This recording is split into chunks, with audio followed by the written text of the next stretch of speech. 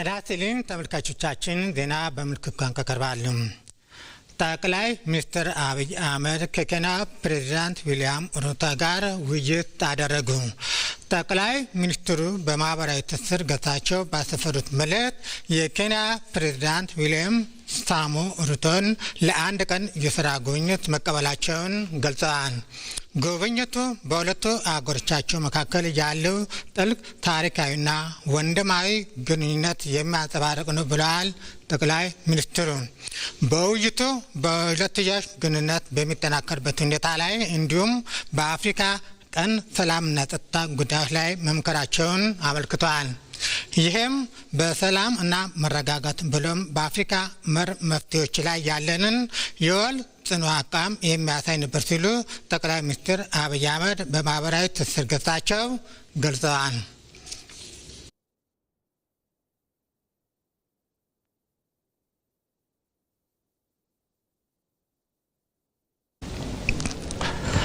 በጠቅላይ ሚኒስትር አብይ አህመድ የተጻፉ የመደመር መጽሐፍ ሰው ተኮር በሆነ የብዝሃ ኢኮኖሚ ጉዞ ኢትዮጵያን ወደ ተሻለ ምዕራፍ ለመሸጋገር ማገዛቸውን የጠቅላይ ሚኒስትር ጽሕፈት ቤት ፕሬስ ሴክሬታሪ ኃላፊ ቢለኔ ስዩም ገለጹ።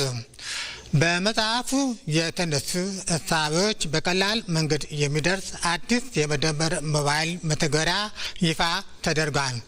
ከዚህ ጋር ተያይዞ የሞባይል መተግበሪያው ይፋ በሆነበት መድረክ ባለፉት የለውጥ ዓመታት በመደመር ሂሳብ የተከናወኑ ተግባራት ያስመዘገቡ ተጨማጭ ውጤትን አስመልክቶ የጠቅላይ ሚኒስትር ጽሕፈት ቤት ቋሚ ዘጋቢዎች ልምዳቸውን አጋርተዋል። በዚሁም የመደመር ሞባይል መተግበሪያ ዜጎች ስለ ብሔራዊ ጥቅማቸው የሚረዱበት አቅም የሚፈጥር መሆኑ ተነስቷል። ቋሚ ዘጋቢዎች ልምዳቸውን ባጋሩበት መድረክ የመደመር መጽሐፍ ለኢትዮጵያ አዲስ እሳቤ ያልመከተ መሆኑን ተጠቁሟል።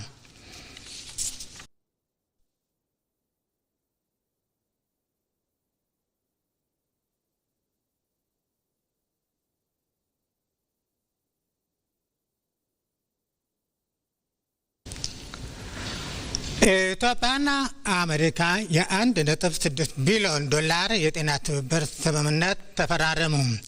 በአሜሪካና በኢትዮጵያ መካከል የተደረገው የ1.6 ቢሊዮን ዶላር ስምምነት ለ5 ዓመት የሚቆይ የጤና ትብብር መሆኑን ተገልጿል።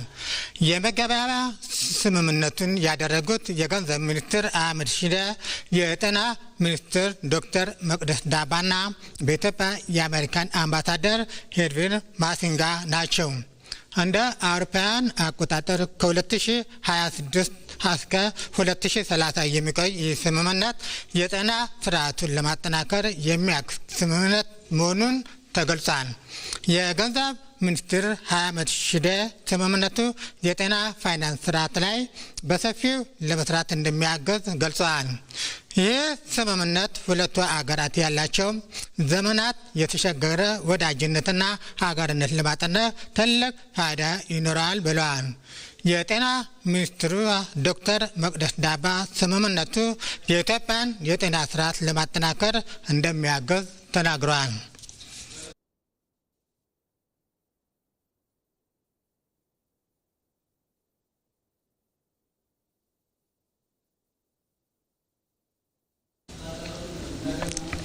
የኢትዮጵያ ብሮድካስቲንግ ኮርፖሬሽን ምክትል ዋና ስራ አስፈጻሚ አቶ አብዱራህማን ረበ በሕይወት ዘመናቸው ለተቋማት ለውጥ ተግተው ሲሰሩ እንደነበረ ባልደረቦቻቸውና የኢቢሲ ዋና ስራ አስፈጻሚ ገለጹ።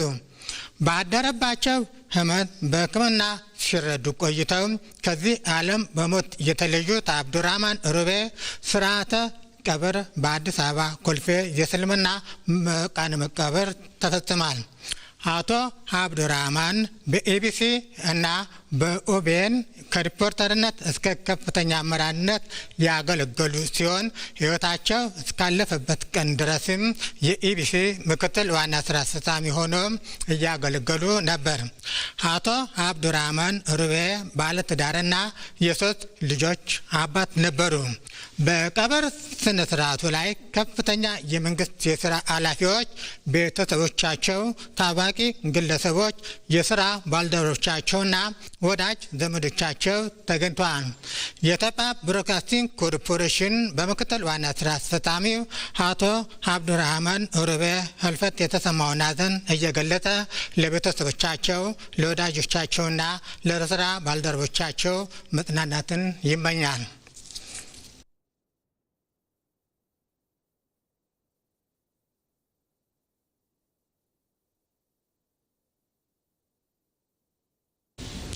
በመጨረሻም የውጭ ዜና። የሶሪያ መንግስትና የኩርዶች የሚመራው የሶሪያ ኤስዲኤፍ ኃይል ጦርነት ለማርገብ ተስማሙ።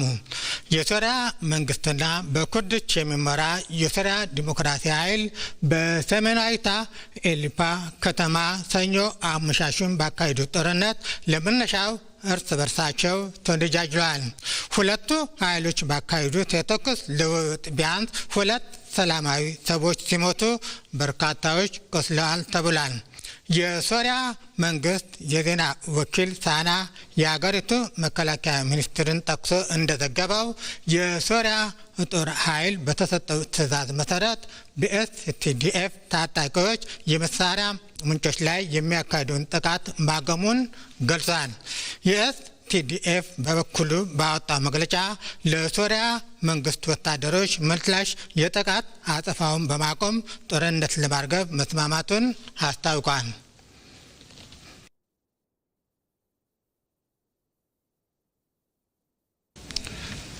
ዜናው አበቃ።